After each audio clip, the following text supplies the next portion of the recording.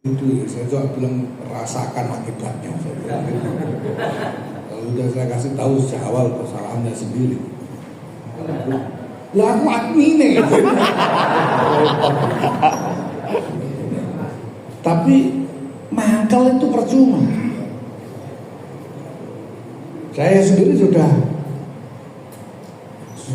ya paling enggak nyaris enggak bisa mangkal sudah. Karena percuma, dimangkeli apa-apa gitu loh, anane ngono. Orang yang misu-misu itu karena kepentingannya sedang tidak sesuai. Nanti kalau pas kepentingannya sesuai, balik dia jadi mau uji-uji gitu. Itu sebelum muktamar udah saya bilang gitu. Iya kan? Saya udah bilang gitu kalau sampai Anda dulu muktamar udah ikut milih saya bilang ya nasib sampean juga ikut kena akibatnya. Nah begitu saya tamal, saya terpilih, saya matur lagi ke Muslim, mulo pamit ajeng dablek 5 tahun. Saya pamit ke Lemur, saya mau dablek 5 tahun. Dablek itu artinya pokoknya saya kerjakan ini. Orang mau bagaimana aja saya tidak peduli. Saya udah janji kok. Dan jadi sejak awal saya maju sebagai calon, saya mau kerjakan ini, itu saya kerjakan. Orang mau nggak terima, mau protes, mau ini, nggak peduli bahwa ini. Kalau nggak mau, silakan ganti saya. Ya, maka kemarin ada yang ngomong MLB, saya yang ngomong pengangguran. Kalau yang ngomong lebih bermutu gitu ya saya perhatikan beneran. Saya silakan. Mau MLB silakan. Saya kan ngelamar pekerjaan biasa, orang ngelamar kerjaan diterima habis itu dipecat itu kan di mana-mana terjadi biasa. Kalau memang tidak tahan ya sudah ganti aja. Tapi kalau nggak mau MLB ya tunggu nanti muktamar, cari ketua umum yang lain kalau nggak tahan sama saya. Karena dan saya udah janji sejak awal. Memang persis ini yang saya kerjakan, saya tidak mengerjakan yang lain-lain. Saya juga tidak mau sekarang suruh pengajian umum apa kan tidak mau. Assalamualaikum warahmatullahi wabarakatuh.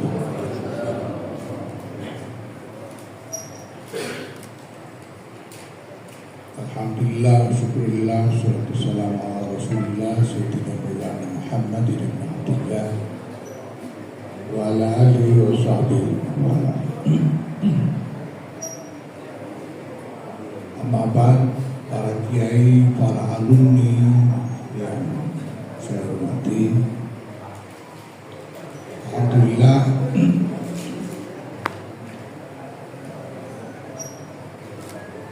terima kasih sudah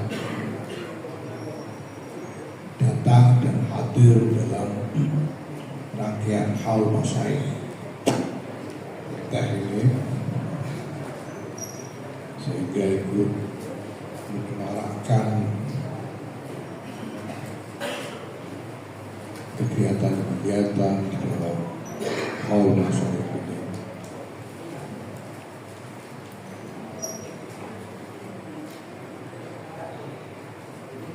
Tadi Kang Sakur menyebut tentang sukses haul.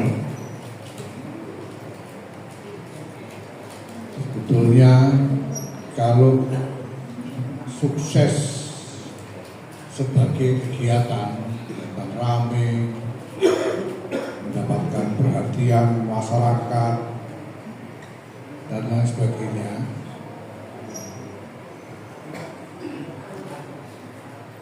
itu yang butuh itu bukan yang dipolis.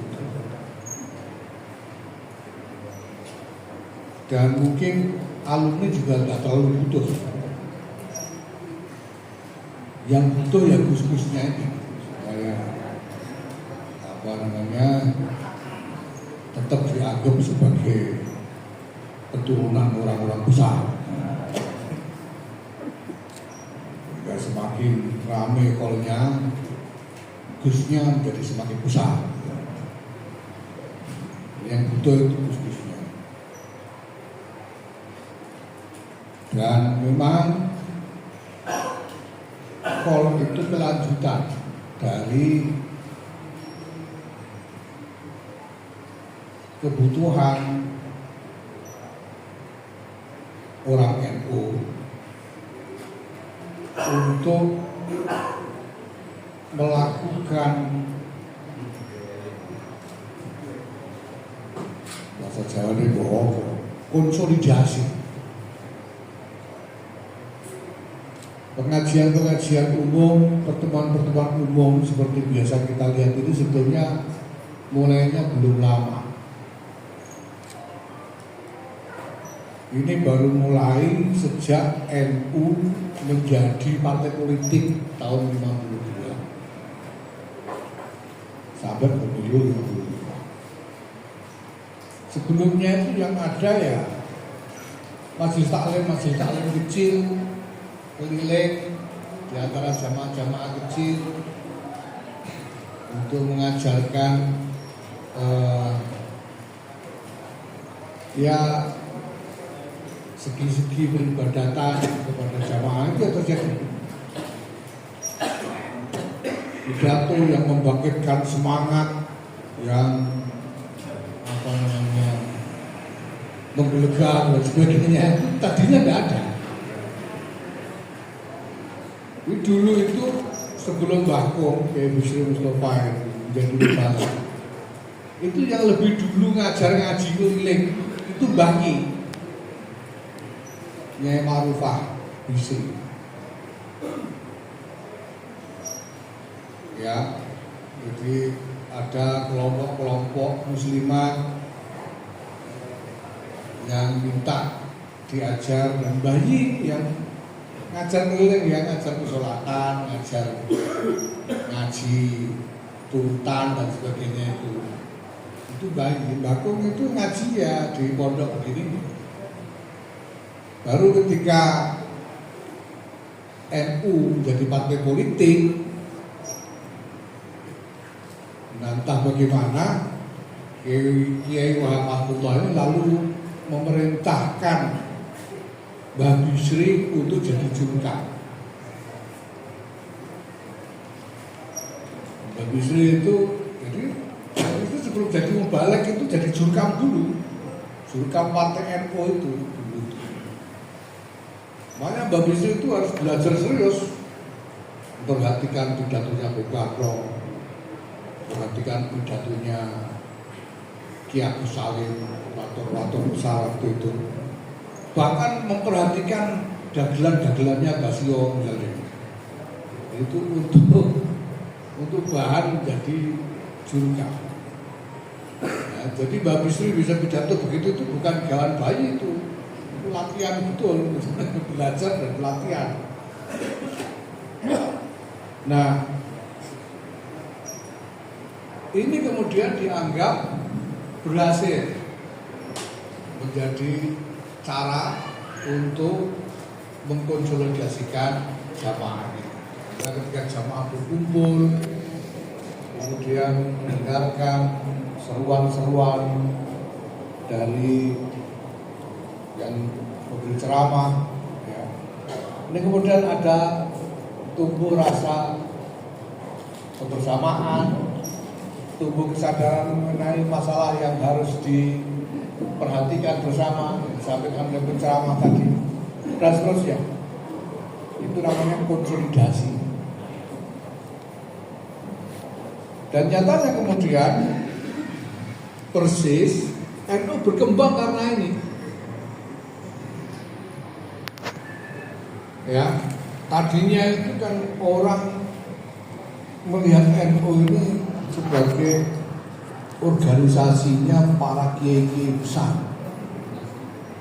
Yang orang-orang kecil ini tidak makomnya lah, ikut-ikutan itu tidak makomnya. Karena dulu itu memang ya ketat, sulit jadi anggota NU dulu itu.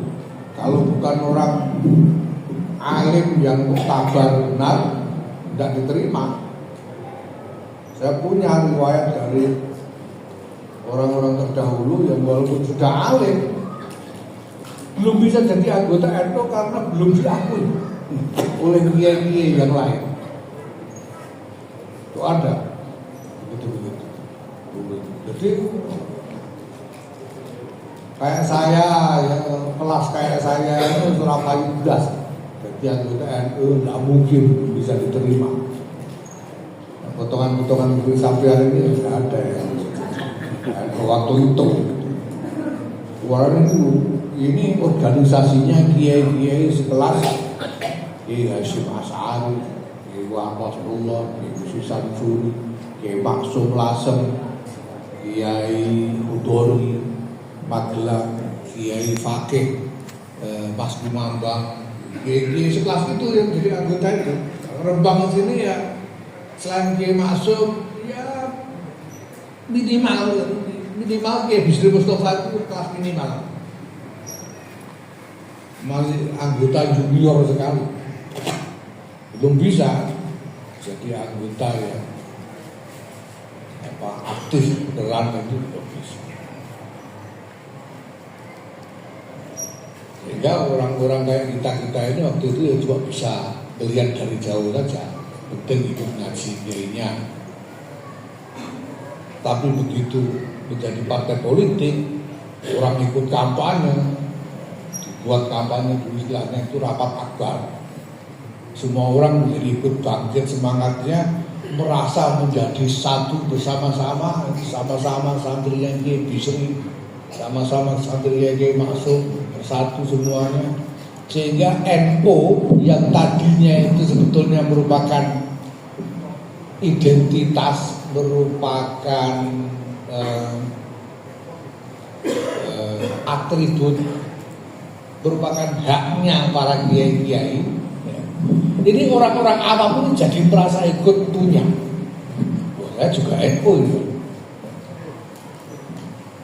Sehingga NU meluas secara sangat cepat sampai sekarang.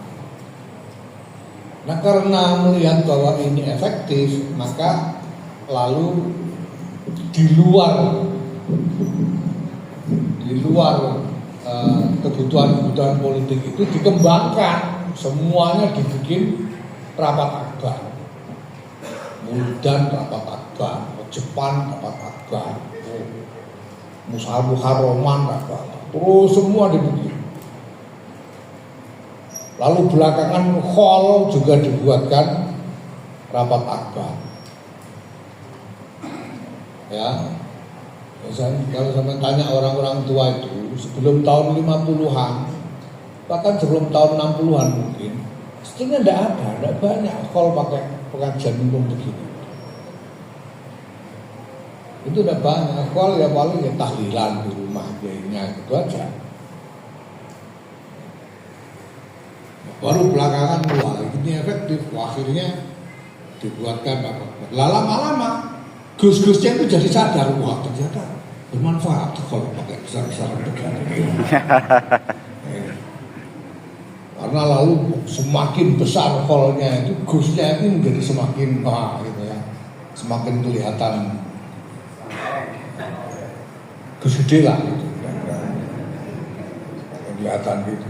Nah, yang di hall besar. Ya sampai lama-lama ya gimana lagi, ini sebetulnya perkembangan yang wajar bahwa kemudian berlomba-lomba membesarkan hall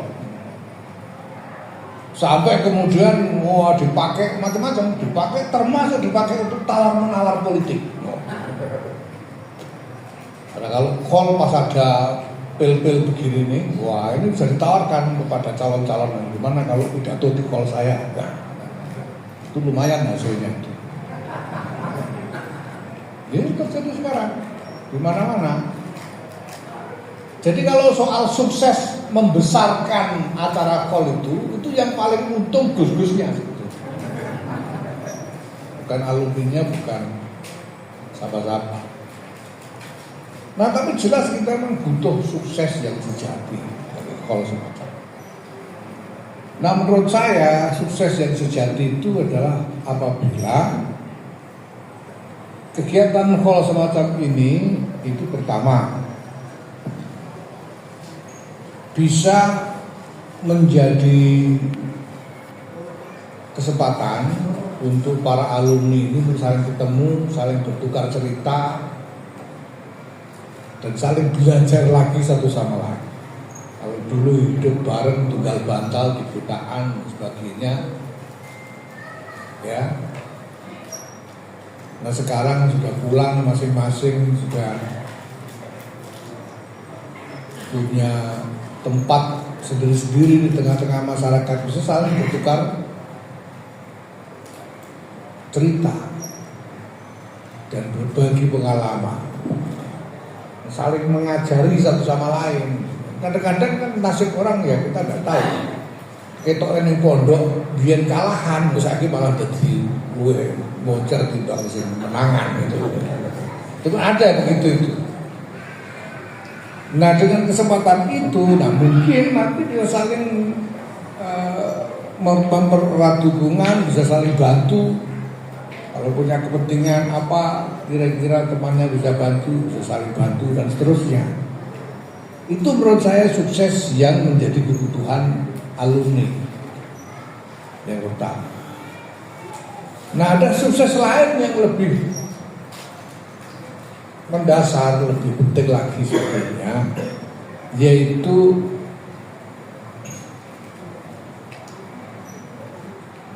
pembaruan, diperbaharuinya, disegarkannya kembali dan diperkuatnya hubungan ikatan ruhani, antara kiai, antara santri-santri ini dengan kiainya. Itu justru yang pertama-tama sukses yang sebetulnya persis menjadi kepentingan kita semua. Ya. Karena sampean ngaji di sini tuh, zaman ngaji kepada Kiai Khalil, ngaji kepada Kiai Musri, ngaji kepada Kiai Mustafa, ngaji kepada Kiai Adi. Sampean itu kan mengambil agama. Ini sampean itu yang sampean ambil dari sini itu agama. Karena ilmu yang sampean pelajari di sini itu agama. Ala inna hadzal ilma din. Makanya ada perintah fanzuru amman ta'khuduna dina. Sampeyan ngambil agama, ini soal nasib sampean di akhirat ini. Sampeyan ngaji di sini, menerima pelajaran dari kiai-kiai sini, sampeyan pegangi, sampeyan amalkan itu untuk apa? Kan untuk selamat dunia akhirat.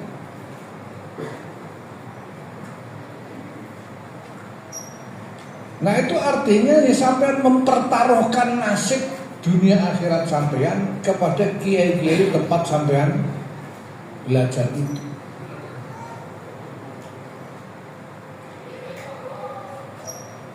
Jadi selamat atau ora selamat itu apa jare selamat kiai ini? Kiai ini ora selamat dibuar, ora selamat kabeh ngono. Nah kita ngaji kepada kiai itu karena kita punya keyakinan bahwa kiai ini memang pembawa agama yang muhtamad, karena punya sanad yang muhtamad dan punya asar yang muhaqqaq, yang nyata-nyata bisa dilihat bahwa beliau-beliau ini memang pembawa-pembawa agama yang bisa dijadikan sandaran, kan itu.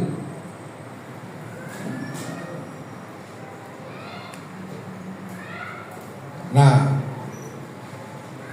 kesempatan hall semacam ini ya sebetulnya sih sampai tidak datang juga, asalkan muadzabah misalnya hadiah Fatihah, tahlil itu secara rutin, insya Allah bisa terus memperkuat. Nah, tapi hadir secara fisik begini ini kan ini seperti menuntun hati untuk terus menyambungkan diri kepada masyayikh tempat kita ngaji. Ya ini fungsinya kayak talabut dunia itulah. Ya, tentunya enggak talabut juga, hasil aja niat itu untuk nuntun hati itu lalu talafut. Nah, orang yang saya hormati, kita ini menghadapi memang keadaan masyarakat yang kompleks, yang semakin rumit tatanannya. Ya. Semakin banyak kelompok-kelompoknya, semakin repot hubungan satu sama lainnya masyarakat sekarang. Itu kalau zaman tahun 70-an kok sampai Kang Sakur berani-berani ikut Golkar, dikoplaki sama Abu mesti. Tapi saya kira apa itu yang menyadari tahun 80-an itu masyarakat sudah lebih kompleks. Makanya dibiarkan aja, paling gerembeng, mentolo temen, paling gerembeng gitu aja, tapi dibiarkan. Nah sekarang apalagi, keadaan udah begini. Dan siapapun yang masuk ke arena publik, arena tempat semua masyarakat bisa melihat, itu pasti dia lepas dari pro kontra. Apalagi zaman sekarang ini, ketika udah pertarungannya sampai ngeluh kalau saya ceritain. Pertarungannya memang rumit. Ya, apa boleh buat. Kalau orang masuk dalam arena publik semacam itu, pasti dia akan menjadi sasaran pro kontra. Orang yang kepentingannya sama atau sesuai itu pasti memuji-muji. Orang yang merasa dirugikan, mencaci maki itu biasa. Apapun niat kita, apapun niat kita. Maka ya tidak usah diambil hati kalau ada yang ikut-ikutan misuh-misuhi saya misalnya gitu ya. Itu udah memang begitu tuh masyarakat sekarang ini. Apa boleh buat? Arena publik itu gampangannya panggonan gelut lah. Makanya saya bilang sama ibu juga ketika ibu ngeluh piye gitu. Ya saya bilang sama ibu pun anjenengan betul saya melok delok. Bilang gitu, pancen ini panggonane gelut. Nggih nasibe jenengan duwe anak tukang gelut kabeh. Saya bilang gitu. Jenengan duwe anak mawon mboten usah delok gelute. Lah iya kok mentolo temenan empunan. Jenengan delok niku kakean mangkel karo wong, karo kakean mangkel karo wong niku mari abel-abel itu. Iku gitu. Lah anu ya. Di-share ning grup. Terus ora sampe grup. Lagi grup grup sekolahan biyen grup apa mawon meter ampun lah aku admine repot. Ya gimana lagi begini. Ya saya bisa memahami ibu ya mesti ikut deg-degan dengan anaknya dipisui mesti melu mangkel dan sebagainya. Tapi mangkel itu percuma. Saya sendiri sudah ya paling tidak nyaris tidak bisa mangkel sudah. Karena percuma dimangkeli apa-apa gitu loh, anane ngono. Pertama, yang kedua itu orang yang misu-misu itu karena kepentingannya sedang tidak sesuai. Nanti kalau pas kepentingannya sesuai, balik dia jadi mau uji-uji. Itu begitu dunia itu sekarang ini. Jangan kaget dan tidak usah diambil hati.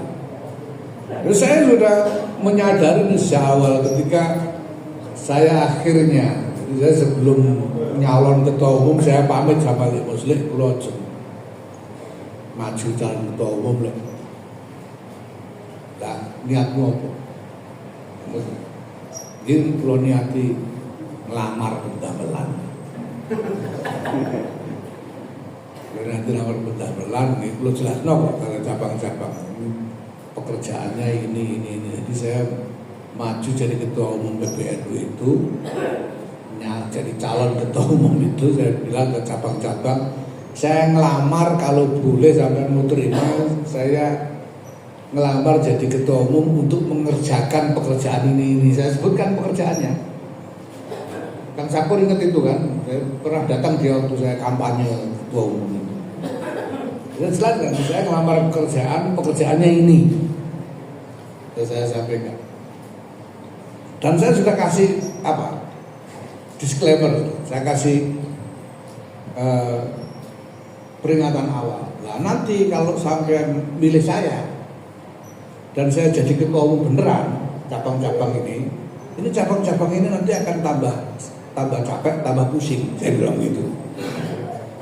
Sebelum muktamar udah saya bilang gitu. Iya kan? Saya udah bilang gitu. Kalau sampai pilih saya dan saya jadi ketua umum beneran, itu nanti cabang-cabang akan lebih capek, akan tambah capek, tambah pusing. Ya.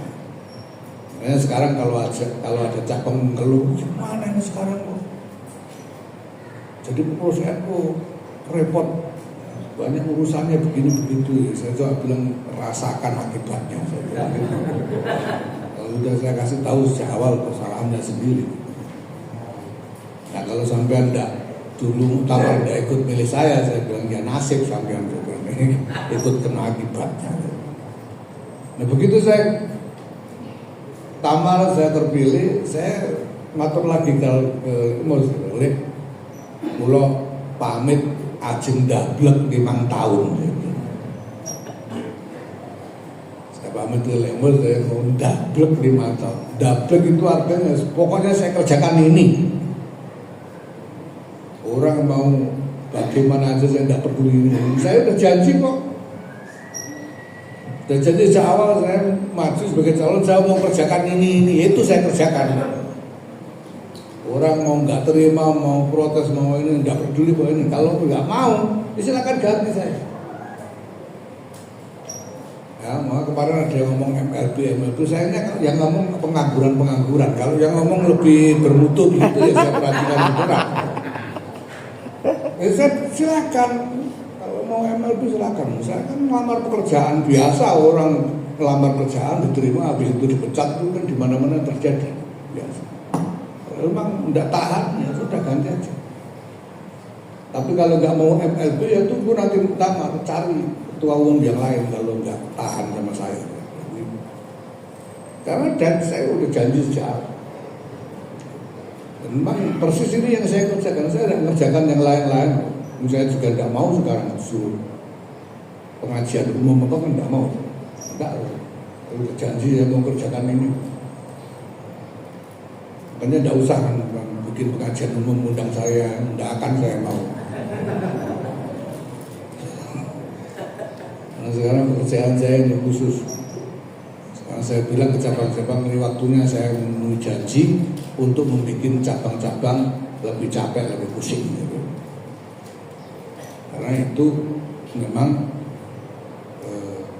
yang saya lamar itu pekerjaan itu, bukan pekerjaan yang lain. Nah, kalau sudah itu ya sudah, saya tidak terlalu pikirkan lagi orang mau berkomentar apa, orang mau. Sekarang itu saya ngomong apa aja bisa dipakai. Saya itu pidato yang sama ini soal Ba'alwi.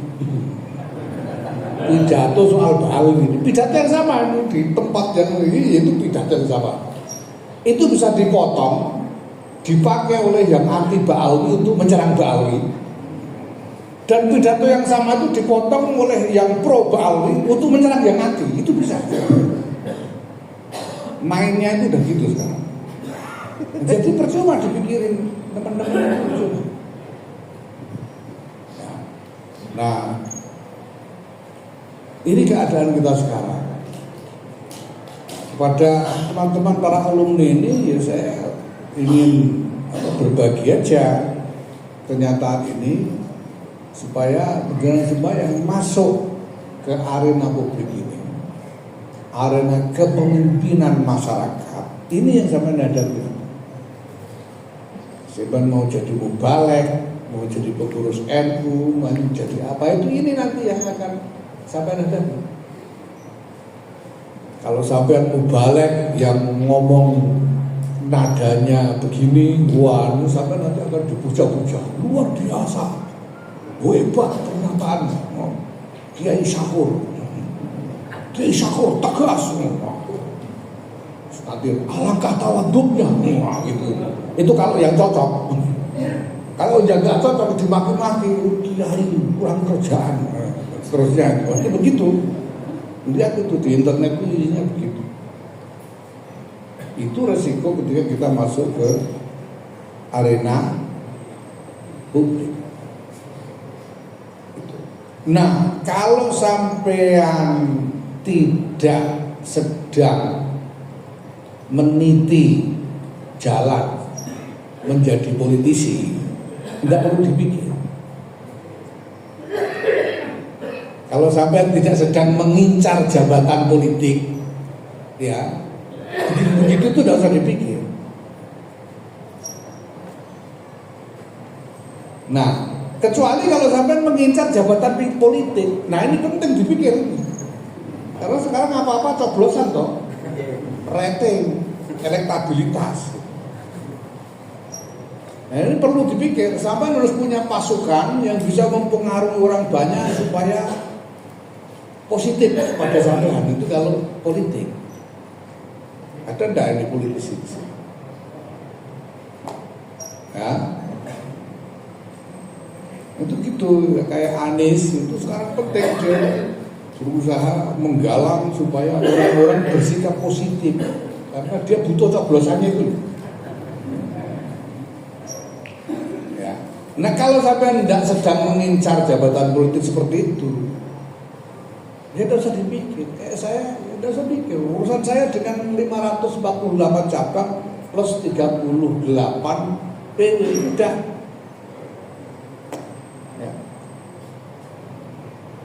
Wong limpung arep geman apa wae ora urusan. Wong wira desa arep miso-miso ya ben. Sing penting 548 cabang dan 38 wilayah ini bisa saya kelola. Itu aja saya. Karena saya tidak butuh rating dan lain-lain, jadi tidak saya pikirin. Apalagi kalau sampean ini orang yang memang mau mengajar masyarakat. Apakah sebagai mubalek, sebagai kiai yang mengajar, sudah jangan dipikir. Orang mau setuju itu asalkan yang sampean betul-betul setia pada ilmu sampean, ya sudah. Itu kan sudah diterangkan bahwa soal orang seneng nggak seneng itu tergantung di dalam ibadah. Ketika kita sedang menekuni ibadah, itu apakah orang melihat ibadah kita sebagai sesuatu yang positif atau negatif? Itu sebetulnya tergantung niat kita sendiri. Menurut Imam Ghazali begitu. Karena ada ayat innal ladzina amanu wa amilus solihati sayaj'alu lahumur rahmanu wudda. Imam Ghazali menerangkan kalau memang dia itu beramal karena iman, ladzina amanu wa amilus solihati sayaj'alu lahumur rahmanu wudda. Orang itu tidak usah diakali, pasti senang. Tapi kalau ibadahnya itu campur-campur niat-niat yang lain, apalagi niat supaya dianggap niat dianggap keramat misalnya begitu, itu ya itu tidak jaminan, nggak tanggung ya. Ya kalau di pisu-pisui orang, dirasani orang ya jangan sambat. Wah ibadah sudah sungguh-sungguh saya jaga betul kok masih dirasani. Ya ibadatnya pengen karena berharap mendapatkan pujian orang yang malah dapat sebaliknya. Kira-kira begitu. Nah, untuk khusus ini saya sebagai wakil dari pengasuh kepada alumni, saya ingin menularkan apa yang diwelengkan, dipesankan oleh kiai saya, Kiai Ali Maksum kepada saya. Ada dua hal. Ini karena dalam konteks gimana ya? Kiai saya ini putunya Kiai Bisri, putunya Kiai Bisri, anaknya Kiai Khalil. Sama jangan main, memang Gus Gede saja ini. Dan Kiai Ali itu tahu itu, sehingga sampai-sampai beliau itu waktu masih kecil, saya kelas 2 SMP, belum panggil saya awal-awal datang ke Terapiak, beliau kan panggil, beliau bilang, kowe wajib parek karo aku. Kemudian aku ini parek karo mbah, mimbagi birrul walidain iku kowe kudu parek karo wong sing parek karo wong tuamu senajan wong tuamu wis ora ana. Kembali begitu. Bagian dari birrul walidain. Karena saya masih kecil, saya tuh takut sama Mbak Ali itu. Sama Abah saya takut saya. Itu udah berani ngomong kalau nggak ditanya, kalau udah disuruh saya nggak berani ngomong. Jadi saya mau sowan sama Abah itu juga disuruh, terus gue nganggur lebih dalam nyapu tak apa, kayak itu bilang gitu. Ya, tapi saya tidak berani, takut saya. Tidak berani gitu. Tapi begitu itu kalau ya sampai nyaris 2 minggu sekali Bali itu nimbali saya. Nimbali itu ya cuma suruh duduk gitu aja. Tadinya itu ditanya, saya kan Sorogan. Bali itu, wes ana sing ora mudeng ora Soroganmu. Nah, orang mudeng takokno kene apa bermudeng. Saya tidak berani di macam. Tidak berani. Akhirnya itu di kamarnya Bali itu ya duduk diem aja itu bisa sampai sejam 2 jam sebelum dibebaskan. Bali itu ya nulis macam-macam itu saya cuma diem aja itu. Nah akhir-akhir jadi Bali itu saya kira Bali itu ingin saya tunggu dan masuk dalam arena kepemimpinan masyarakat, kira-kira begitu, kira-kira. Paling tidak harapannya Mbak Ali itu begitu, paling.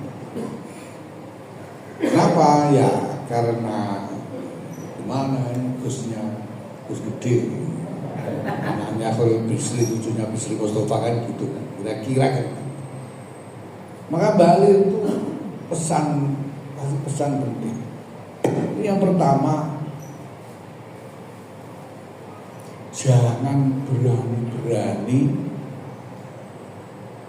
menyelisihi sawadul a'dham.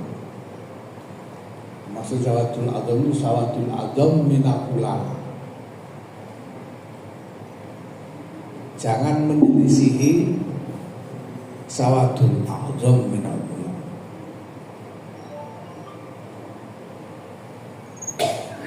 Walaupun jadi kalau ulama itu sudah sawadul a'dham minal ulama itu sudah condong kepada sesuatu.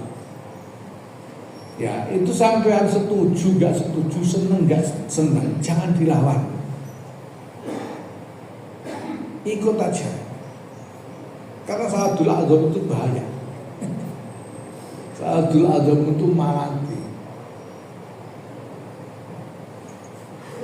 Kanjeng Nabi itu karena ya namanya bener apa enggak bener itu kan sesuatu yang relatif yang kadang-kadang kita nggak ngerti sejatinya seperti apa itu nggak nyampe kadang-kadang karena ilmu kita juga terbatas. Maka kalau Kanjeng Nabi mengatakan la tajtabi ummati ala dhalalatin, itu pasti ada rahasianya di situ. Nah, kalau ada Kanjeng Nabi dawuh ya wajadtum khilafan fa'alaikum bisawatil azam, itu pasti ada rahasianya dan diterangkan oleh para ulama kiai kita bahwa sawadul azam dimaksud itu adalah sawadul azam minal ulama. Nah wong goblok-goblok ora usah gitu. Sing dihitung sing alim-alim itu gitu. Jadi jangan berani-berani menyelisihi sawadul azam, karena itu malah Bali cuma mengatakan begitu, tapi lalu saya lihat-lihat dalam berbagai riwayat orang-orang yang kita tahu, ya itu memang betul. Banyak orang-orang hebat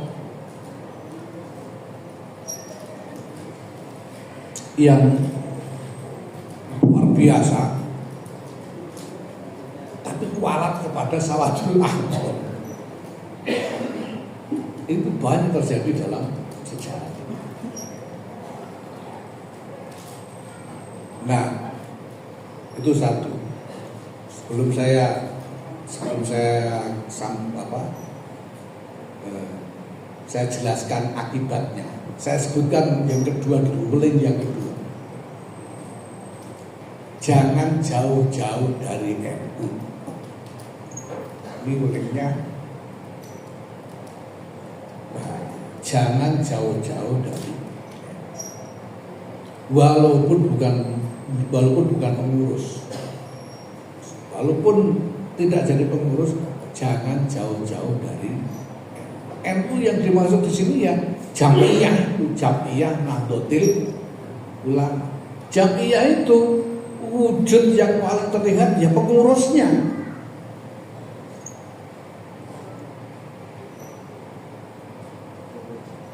Jangan jauh-jauh dari, walaupun mungkin kita nggak cocok sama pengurusnya. Sebetulnya ya kayak saya ngomong begini, saya tahu. Dan tapi saya ini cuma nyawa saya berbagi pesan Bali aja. Orang tahu lah dari dulu itu saya juga tidak selalu sependapat dengan pengurus-pengurus yang lalu. Tapi pesannya Bali jangan jauh-jauh dari. Jangan purek, apalagi purek sama NU itu jangan. Bali kan begitu. Isinya Bali itu adalah al-ilm wa ta'allum bi nahdlatil ulama. Al-ilm wa ta'allum bi nahdlatil ulama atau fi nahdlatil ulama. Kemudian al-amal bi nahdlatil ulama. Kemudian al-jihad binahdlatil ulama. Kemudian as-sabru binahdlatil ulama. Dan yang kelima itu as-siqatu binahdlatil ulama. Siqahnya itu karena sawadul azam tadi. Wong NU ini semuanya berdasarkan sawadul azam. Saya jadi ketua umum ini kan sawadul azam minal cabang-cabang itu. Nah, maka ini diwelingkan oleh Bali. Kenapa konsekuensinya? Konsekuensi Bali bilang, ojo ini semua jangan sampai dilakukan. Bali bilang mudah hilang kiadamu. Konsekuensinya itu kalau menyelisih sawadul azam atau menjauhi Nahdlatul Ulama, itu konsekuensinya itu kehilangan qiyadah. Qiyadah itu apa? Bobot kepemimpinan. Kesempatan kepemimpinan itu hilang. Ini bahaya. Ya. Nah, saya sebagai Gusnya Pondok Ledah ini tentu berharap bahwa dalam ukuran apapun penjenengan semua ini, para alumni ini masing-masing punya peran kepemimpinan di dalam masyarakat. Soal besar kecilnya, seberapa ukurannya, tidak masalah. Yang penting punya peran kepemimpinan di tengah-tengah masyarakat. Nah, maka saya anggap pesan ini relevan untuk teman-teman alumni sekalian. Pertama, jangan menyelisih satu lakon. Dan yang kedua, jangan menjauh. Jangan jauh-jauh, apalagi menjauh dari Nahdlatul Ulama. Walaupun mungkin ada sesuatu yang lain yang lebih menarik. Ya, saya waktu itu sempat begitu, panggil sama Mbak Ali karena saya mengerjakan sesuatu di luar NU yang saya merasakan menarik sekali. Saya senang. Kalau Mbak Ali, ojo NU Indonesia ini, sepiye carane supaya kowe iso ngewangi NU. Itu balik. Jadi ya, sekali lagi saya ucapkan terima kasih karena kehadiran alumni ini menguntungkan saya sebagai Gus di sini. Dan saya juga ya insya Allah terus ikut mendoakan mudah-mudahan ikatan ribatul hani kita dengan para masyarakat kita terus dijaga semakin berkuat, dan kita sungguh-sungguh nantinya akan memperoleh bukti kegembiraan di hadapan Allah Subhanahu wa taala, berkumpul dengan para masyayikh yang kita cintai dan bersama-sama dengan usulihim minas sholihin, ya, sampai dengan hadrat